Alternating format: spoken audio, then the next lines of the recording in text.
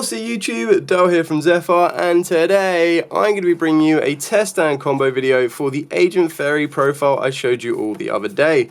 It's exactly what it says on the tin. We are going to be utilizing agents and fairies to show you what this deck can do in a modernized setting. Now keep in mind this is more of a nostalgia build. This is just if you are a fan of fairies or just agents in general, kind of what type of a combo build you can go with in the modernized structure thanks to the new support from Alliance Insight. So, with all of that out of the way, please smash that like button, hit that notification bell, and subscribe so you miss out on any more upcoming content. After a very decent shuffle and a good old cut, our open hand of 5 will be 1, 2, 3, 4, 5. Okay, so we've actually got a pretty nice hand. Ideally, what you want to be seeing in your starting hand is you want to be able to see access to your Agent of Mystery or Diviner. They'll be your best normal summons.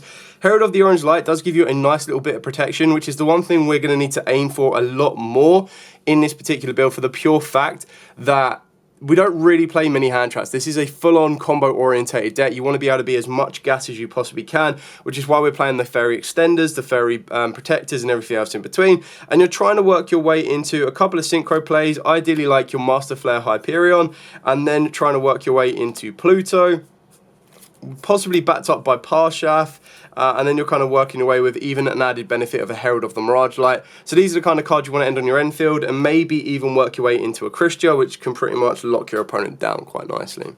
So starting off with this one, like our best kind of card on this one is going to be the Agent of Mystery Earth. So on normal, you get to add an agent monster from the deck to the hand, except itself. And then the Sanctuary and Skies on the field, you get to add a Master Hyperion instead. Now the benefit of something like this, when you've already used your normal summon, you kind of want to work your way into the Agent of Life Neptune, because you get to discard this to special summon a agent monster from the hand or grave, except itself, or a Sanctuary in the Skies on the field or in either graveyard, you get to special summon a Hyperion monster instead. Neither player can tribute a monster to summon this way with this effect until the end of your opponent's turn, so it means like technically it can't be Kaiju'd. And if it's banished, you get to add a Sanctuary in the Sky from the deck to the hand, which is what you're trying to work towards when you're utilizing cards like the Majesty Hyperion and everything else. So you get to special summon this card from the hand by banishing an agent monster from the hand, field, and or graveyard, which is obviously where Neptune comes into play. So you ideally want to have another agent monster to special summon to the field, but then that's when you can start utilizing some more summon plays, but then backed up with Foolish Barrel, we can have pretty much access to any agent monster we want. Then when you're looking at your Yugioh, you've got cards that are going to be free extenders. So an effect from a fairy monster you control is activated, except during damage state, you get to special on this card from the hand. So the benefit of something like that is we've done exactly that. We've activated this monster's effect, so we can technically special summon down the Yugioh after we've resolved the agent, which is kind of what you're wanting to work towards. Just give you a little bit more extension, but then also gives you the ability, should you need to trigger off the Neptune to get the Earth in the graveyard, so you can trigger off the Neptune, discard it, bring it back, bring back the Earth, special summon down the Majesty Hyperion by getting rid of the Neptune, and then search yourself out the Sanctuary in the Sky. So you're just kind of like looping around your resource. You do want to be a little bit careful to make sure you have fairies, but keep in mind you can special on this card from the hand or grave. So if your opponent does activate something before you get the Hyperion onto the field, you still have the Herald set up to kind of protect you as well. So, because an effect on a fairy monster you control has been activated, you get special on this one. As an aggressor, you get to target a face-up card your opponent controls and a tap position monster you control, and you banish that opponent's card, and you change your monster to defense. Now, obviously, because we're going first, we're going to be a little bit more combo-orientated, so being able to special summon down the Protecting Spirit is going to be very, very important. Now, at this point, you've got a couple of different options. To be completely honest, you don't want to be going into your Herald of the Mirage as of yet, for the pure fact that this one does require you to, like, it's only when a spell trapper effect is activated and you have to send a fairy monster from the hand to the grave, and you're kind of like not really in that position to kind of worry about it. The next kind of card you might want to look into would be your Protector of the Agents. So if it's linked, you get to send a Sanctuary in the Sky or a card that mentions it from the deck to the grave, or a Sanctuary in the Sky is in the field, which you'll be able to get to through this one. You get to add an Agent of Mystery Earth, which you can search out a starter for the next turn from the deck or grave back to the hand. You get to treat a fairy monster, then target a card your opponent tries and destroy it. So you can become your aggressor should you need to as well. And another thing to remember is on top of that is that your Yugioh is a level 7 and your Earth is a level 2 tuner. So once you've looked at your link monsters, your next option is going to be moving into your Master Hyperion, or trying to work towards your Master Hyperion. Remembering that your Master Hyperion is annoyingly a level 10, so you kind of have to work a way around it to kind of make yourself a little bit more flexible on that one. But there are kind of different options that you kind of want to be doing for, and move on from there.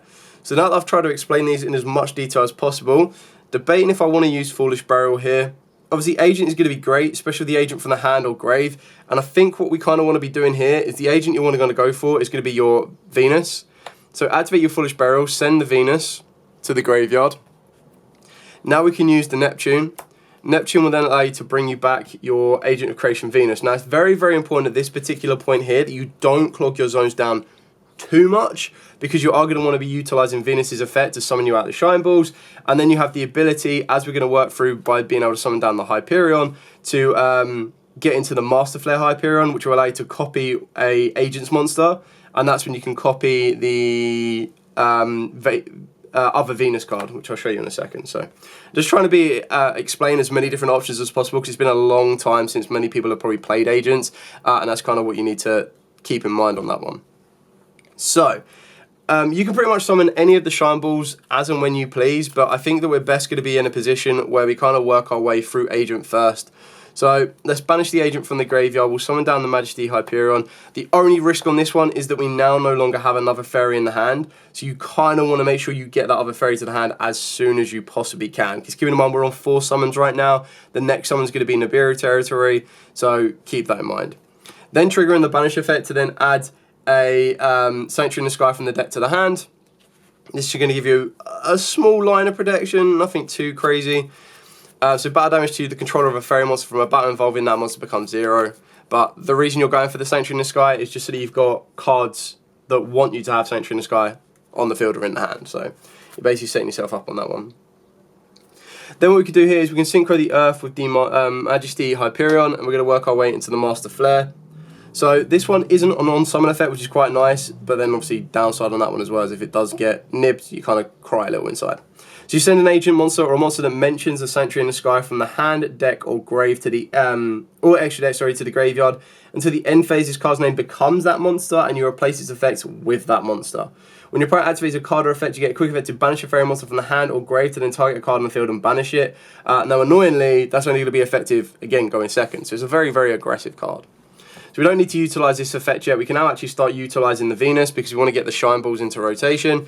So we're going to do this twice, because keep in mind it's old school tech, so it's not a once per turn. So you just pay 500, summon a Shine Ball, pay 500, summon a Shine Ball. Okay. So now we've got the 2 on the field. What you're now trying to do is you're now going to try and kind of clear up some space. So we're going to go for the Protector, and the reason we're going to work for the Protector using 2 of the Shine Balls is because once we get into the Protector, if it's Link summoned, you get to send a Sanctuary in the Sky or a card that mentions it from the deck to the grave, or because we now control Sanctuary in the Sky on the field, we get to, or in the graveyard, you get to add an Agent of Mystery Earth from the deck or grave to the hand. So the benefit of something like that right now is we're now going to put our Herald of Orange Light back online. So we'll deck fin a little bit more, grab ourselves the Agent of Mystery Earth, and now we kind of have that semi-bit of protection. Keep in mind, if you didn't use a normal summon, your happy day's good to go. And then we still have the ability of our Venus to get 1 more Shine Ball from the deck. And the reason we're going to want to do that is we can work our way into the Parshath.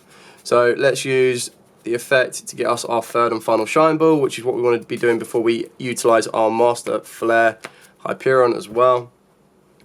So now when we work into our Parshath, you get to discard a card to add Sanctuary in the Sky or a card that specifically lists Sanctuary in the Sky in its text from the deck or hand. So we're going to like protect from nib and then not protect from nib. So you've got a couple of different options there. Keeping in mind that we haven't even we haven't fairy locked ourselves, so if we're going second, you've got access code as a very good option.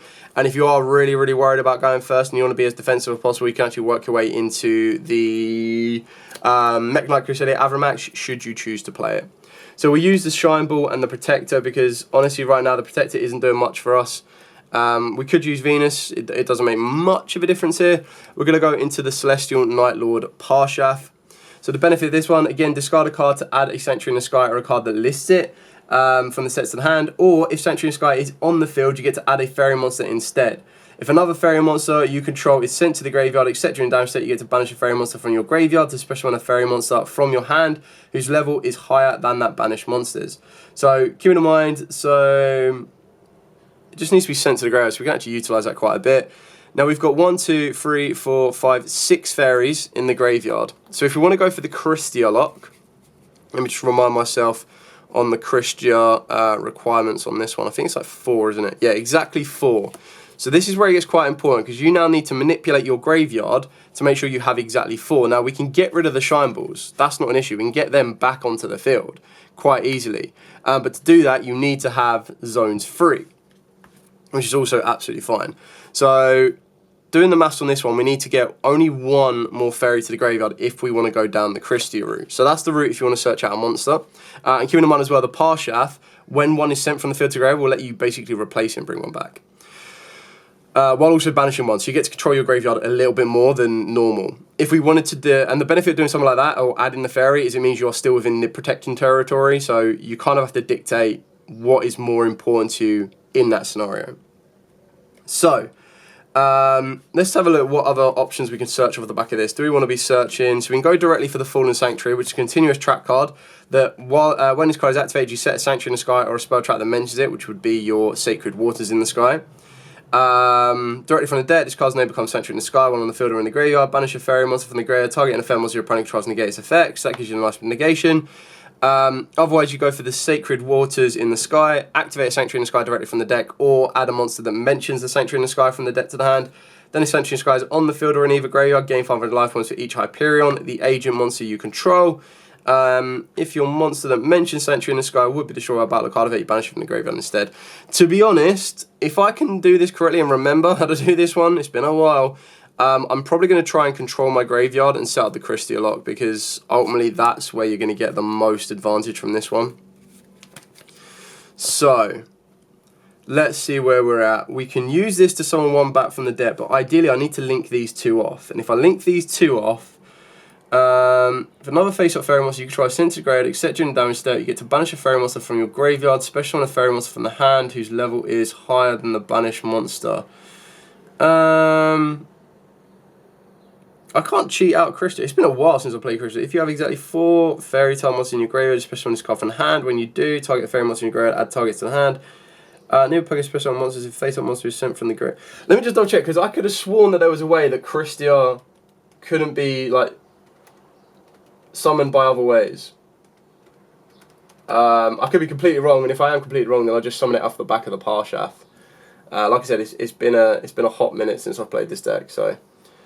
Because usually you'll get a card that says can't be special by other ways. If you have exactly 4 fairy monsters in your graveyard, you special on this card from the hand. If summoned this way, you target a fairy monster in the graveyard to add that target to the hand. Neither player can special on monsters. If today's card would be sent from the field to graveyard, placed on top of the deck instead. Okay, so I mean, honestly, I can just bypass even having to have the fairies in the grave, but I don't want to be doing that right now. So, long story short, I'm going to link these 2 off. We're going to go into the Mirage for the pure fact that that now sets us up with a spell or trap negate. So now what we want to do is you want to use the Master Flare Hyperion. You're going to want to send the Agent of Creation, Agent of Destruction. Definitely do this one, can't I? You send an Agent monster. Yeah, perfect. So we'll send the Agent of Destruction Venus. So the Agent of Destruction Venus lets you banish an Agent of Creation Venus from the graveyard, especially on this card from the hand, pay life point in multiples of 500. Then for every 500 you pay, you target a mystical shine ball that is banished or in the grave and special summon them. You place them on the bottom of the deck when they leave the field. So the benefit is we've now duplicated the effect of Agent of Destruction. So Agent of Destruction, technically we could pay 1500 life points. Unlike the Agent of Creation Venus, you can do them 1 at a time. With this one you have to do them all in one go.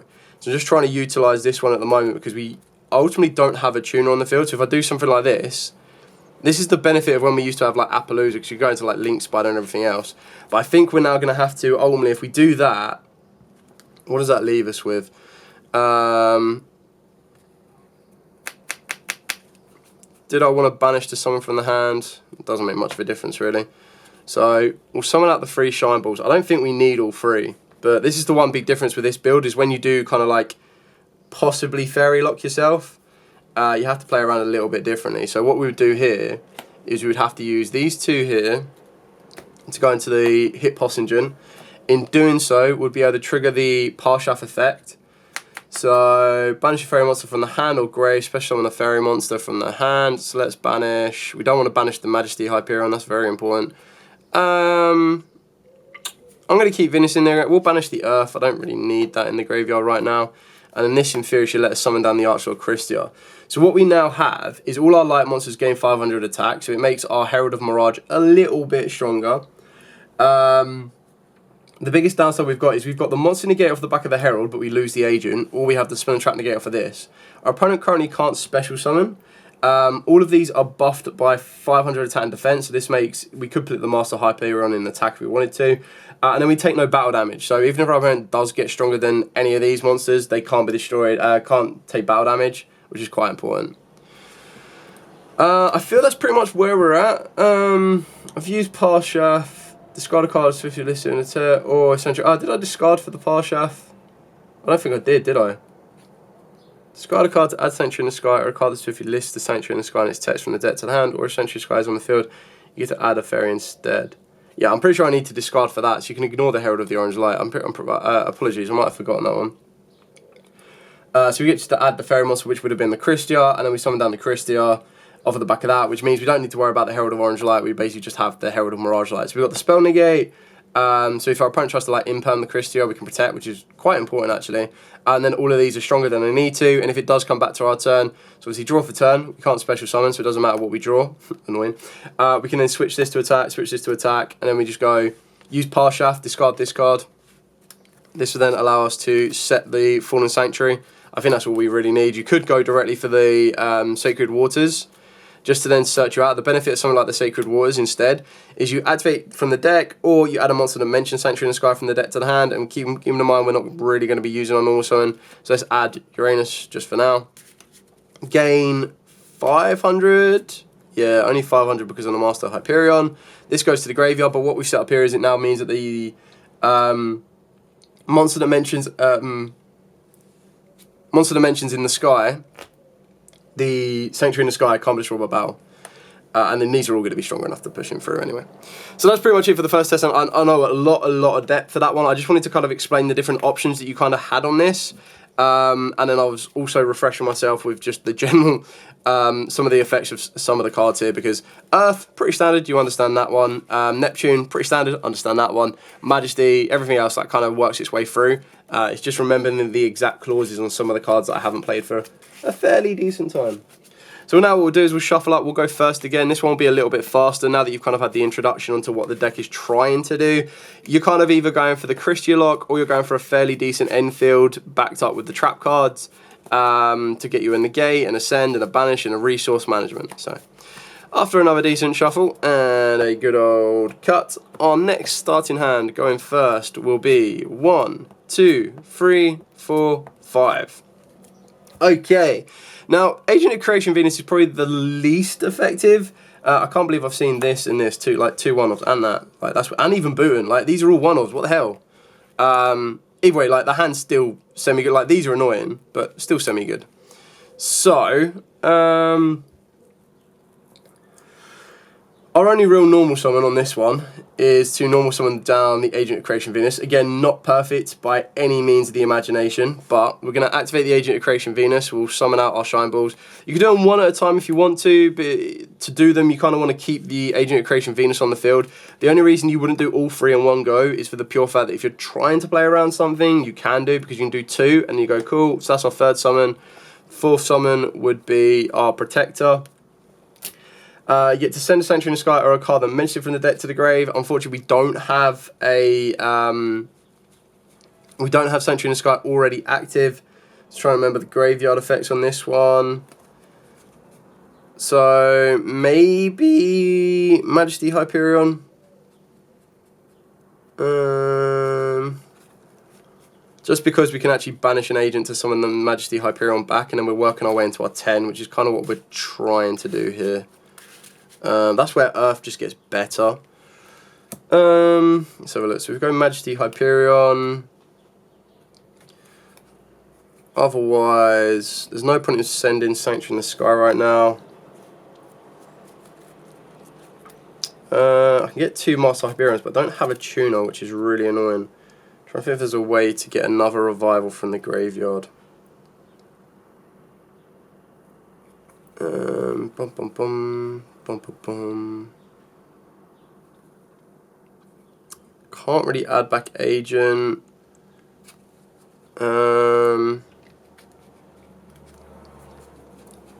Yeah, I don't really want to send Neptune either, but I technically can to get me the Sky. I really wish this deck would have allowed you to use Shine Balls as a tuner to make your Master Flare. That would have been really good. Yeah, I think the best thing we do here is send the Majesty Hyperion. We need to get Sanctuary in the Sky, or a card that mentions it, which we're going to be getting with our Celestial Night Lord Parshaf. I need to get Boot into the field really as well. Okay, we're going to use Agent of Creation Venus again. Summon out a Mystical Shine Ball. Now we need Venus in the graveyard because Venus is the only other agent we have if we want to be summoning down the Majesty Hyperion or summoning out the Master Hyperion. So let's go for Agent plus Protector. Get us into Parshaf. Add Sanctuary Sky, or card that specifically lists Sanctuary in the Sky in its text. So let's go for... let's get rid of Bhutan. I really don't need that card in the hand. We'll then add... I think on this one you kind of want to go for the Sacred Waters because you do this, and then honestly I would add the Agent of Creation Neptune, and the reason I would do that is I've now got the ability to go Foolish Burial, send... Where are you? I don't want Earth because Earth is only specifically on normal summon. I want Destruction. So send Agent of Creation Destruction.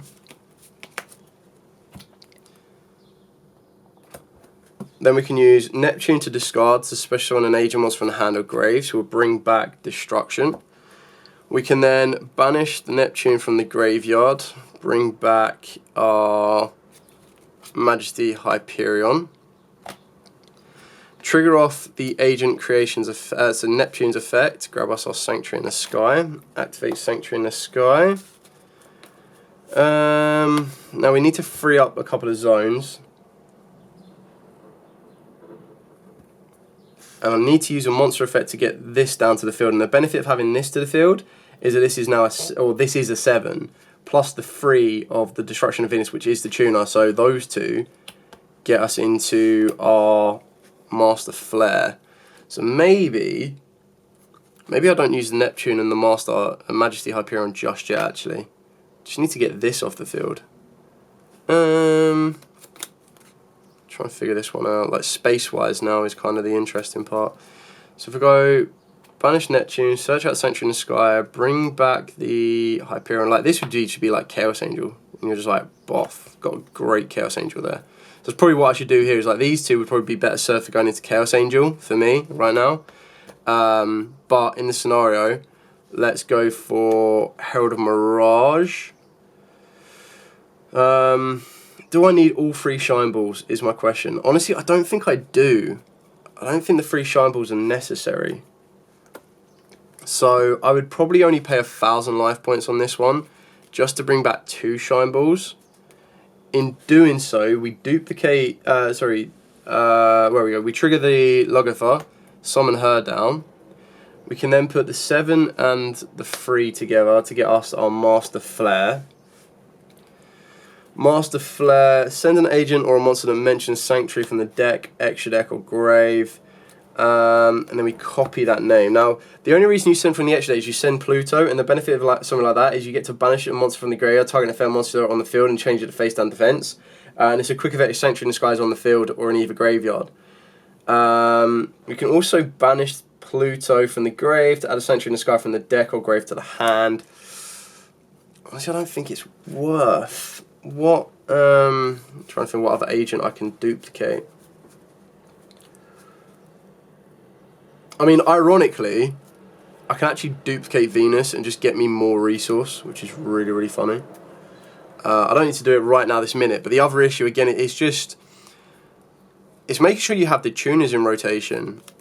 Obviously, I can get the Master Hyperion to the field, but there's no tuner.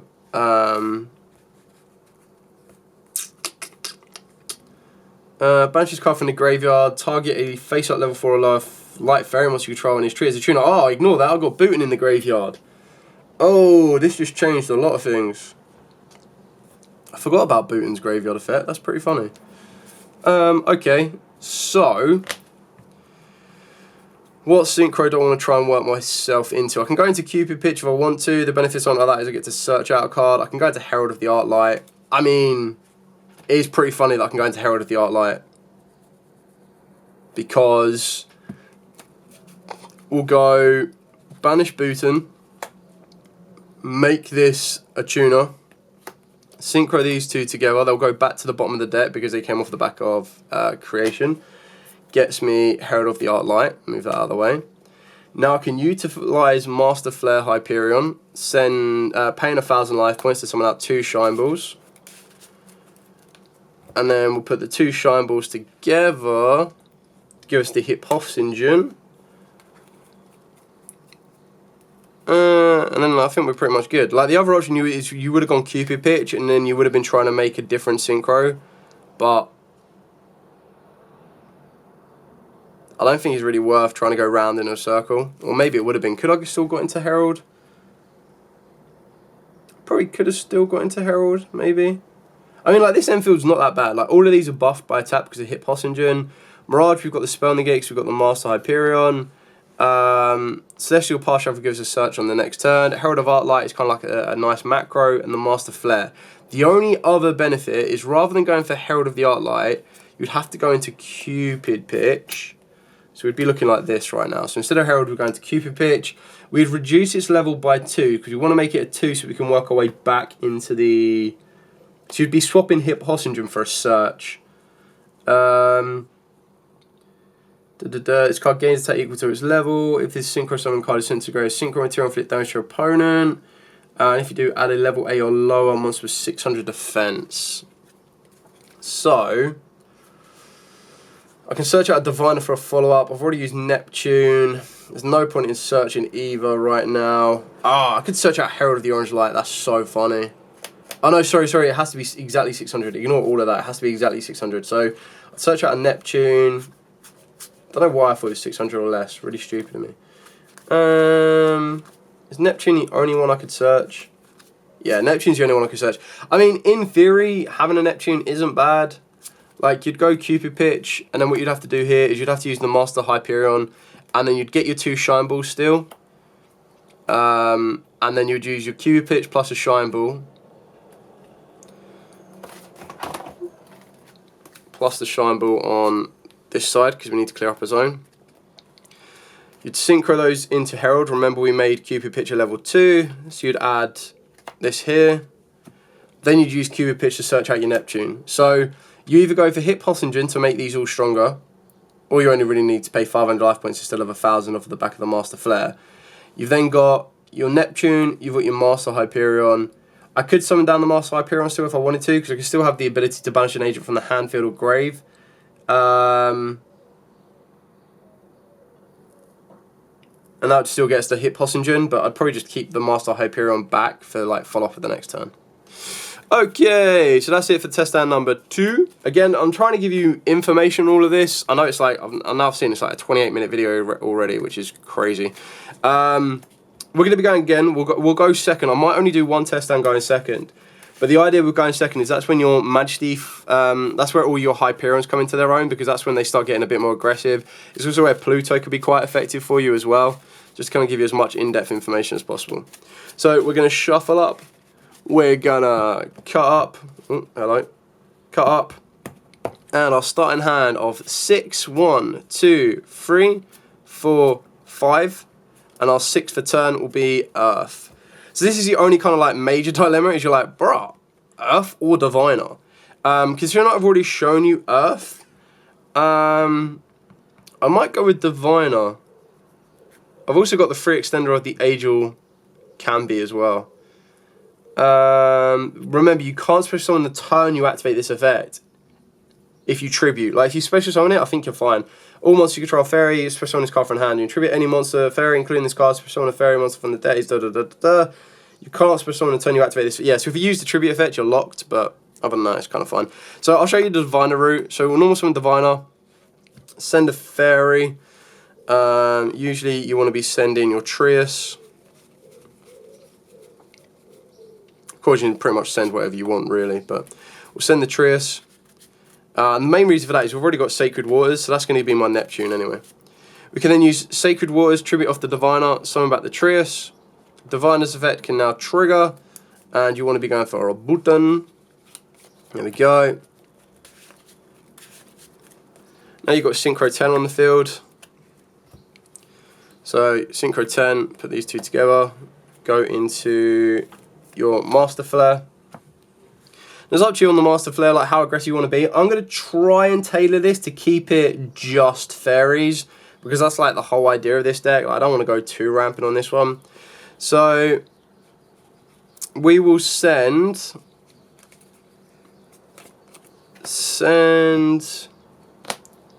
actually, I don't even know if I want to send Venus, to be completely honest with you. Maybe I actually want to send the Majesty Flare, because it mentions Sanctuary in the Sky. When your opponent activates a card effect, quick effect, banish a fairy monster from your hand or grave, target a card on the field and banish it. So if they activate anything, we're just going to be clearing stuff off. The Majesty Hyperion just banishes from the grave, which is not ideal. Trying to think what else you want to be sending off this one. I think it'd be silly not to send Venus. Really, it's just going to give us a bit more advantage. So use Master Hyperion's effect, which is now Majesty Master Flare, which is basically Venus. We're going to special summon 3 Shine Balls. You can do them one at a time. You don't need to do all 3 in once, but just to save a bit of time here, we'll go for all 3 of these. You're going to be going into Protector. So add send a Sanctuary Sky or a card that mentions it from deck to grave. So we'll send the Majesty Hyperion. Or if Sanctuary Sky is on the field or in either graveyard, add an Agent of Earth, which you don't really need to do. Then we'll activate the Sacred Waters. Sacred Waters lets us add. Do I want to activate Sacred? No, I don't want to add. I want to add Neptune, because we're going to activate discard Neptune to summon back. Actually, there's another way to get another card to the grave, maybe. Maybe we don't use Neptune just yet. There are plays to make. We'll use Sacred Waters to search it anyway. I could, in theory, use Protector to tribute off the Mystical Shine Ball. To then destroy a card on the field, but don't need to do that just yet. Let's put these two together. Yeah, I don't get no benefit of using the Shine Ball. Put these two together, go into the Celestial Night Lord Parshaf. Discard a card to add a Sanctuary in the Sky or a card that specifically lists it in its text. So let's get rid of Earth. Now, where are you? And the reason we're going to be doing this is we get to add the Master Hyperion. And that's where we're going to get our aggressors going. Then let's activate Agent of Life. If I need a tuner, I can bring back Earth. Don't think I need one. I mean, if I was choosing not to fairy lock myself, if I brought this back, then I would actually be able to go into a Chaos Angel. So that's your aggressor. I don't think there's really anything I absolutely have to. Special one, a Hyperion monster is dead. Neither player, discard card special one, an Agent monster from the hand or graveyard, except itself. I mean, technically I can bring back the Protector of Moons, and that just gives me a bit of disruption a little bit later on. And then we'll be banishing Neptune from the graveyard to summon back Majesty. Neptune will then get a Sanctuary in the Sky. There we go. We'd activate the Sanctuary in the Sky now that we've got it, and it's really important that you do that. Because now what you can do is you can special summon down the Master Hyperion. In doing so, you're going to banish Earth from the graveyard. And now what we have with this one is you get to banish a light fairy monster from the graveyard, target a card in the field and destroy that target. While Sanctuary in the Sky is on the field, you get to activate this twice per turn.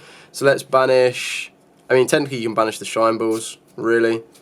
Yeah, banish the Shine Balls, doesn't make much of a difference. Because if we do get into Destruction can bring them back, so we've done that. We can banish more fairies from the graveyard.